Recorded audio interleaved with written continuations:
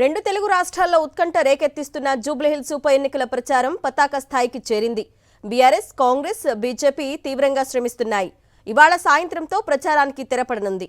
ఈ నెల 11న పోలింగ్ జరగనుండగా 14న ఫలితం తేలనుంది. మొత్తం 58 మంది అభ్యర్థులు రంగంలో ఉండగా ప్రధానంగా బీఆర్ఎస్, కాంగ్రెస్, బీజేపీ మధ్య పోటీ నెలకొంది. బీఆర్ఎస్ ఎమ్మెల్యే మాగంటి గోపీనాథ్ మృతితో ఉప ఎన్నిక అనివార్యమైంది. ఆయన భార్య మాగంటి సునీత పోటీ చేస్తుండగా అధికార కాంగ్రెస్ నుంచి నవీన్ యాదవ్, బీజేపీ నుంచి లంకల దీపక్ రెడ్డి బరిలో ఉన్నారు.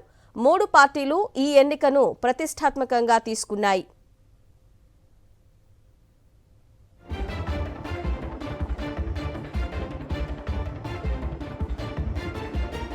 జూబ్లీహిల్స్ ఉప ఎన్నిక ప్రచారం చివరి దశలో ప్రధాన పార్టీలు కీలక వ్యూహాలను అమలు చేస్తున్నాయి. బస్తీల్లోని ఓటర్లను నేరుగా కలిసే ప్రయత్నాలు ప్రారంభించాయి. పోలింగ్ ఎక్కువగా ఉండే బస్తీలను ఎంచుకుండడం పార్టీల వ్యూహాన్ని చాటుతోంది. నేతలు గతంలో ఆ ప్రాంతాలు ఎటువైపు మొగ్గు చూపాయనే లెక్కలు తీస్తున్నారు. ఆయా వర్గాల పెద్దలే లక్ష్యంగా మంతనాలు సాగిస్తున్నారు. బోరబండ, రహమత్ నగర్ డివిజన్ల సరిహద్దుల్లో ఉండే దిగువ మధ్యతరగతి ఓటర్ల మద్దతు ఇప్పుడు కీలకంగా మారింది. ఈ ఓట్లను కూడగట్టేందుకు కొన్ని రోజులుగా 2 ప్రధాన పార్టీలు నిశితంగా దృష్టి సారించాయి. ఈ 2 డివిజన్ల పరిధిలో 1.10 లక్షల ఓట్లు ఉన్నట్లు అంచనా.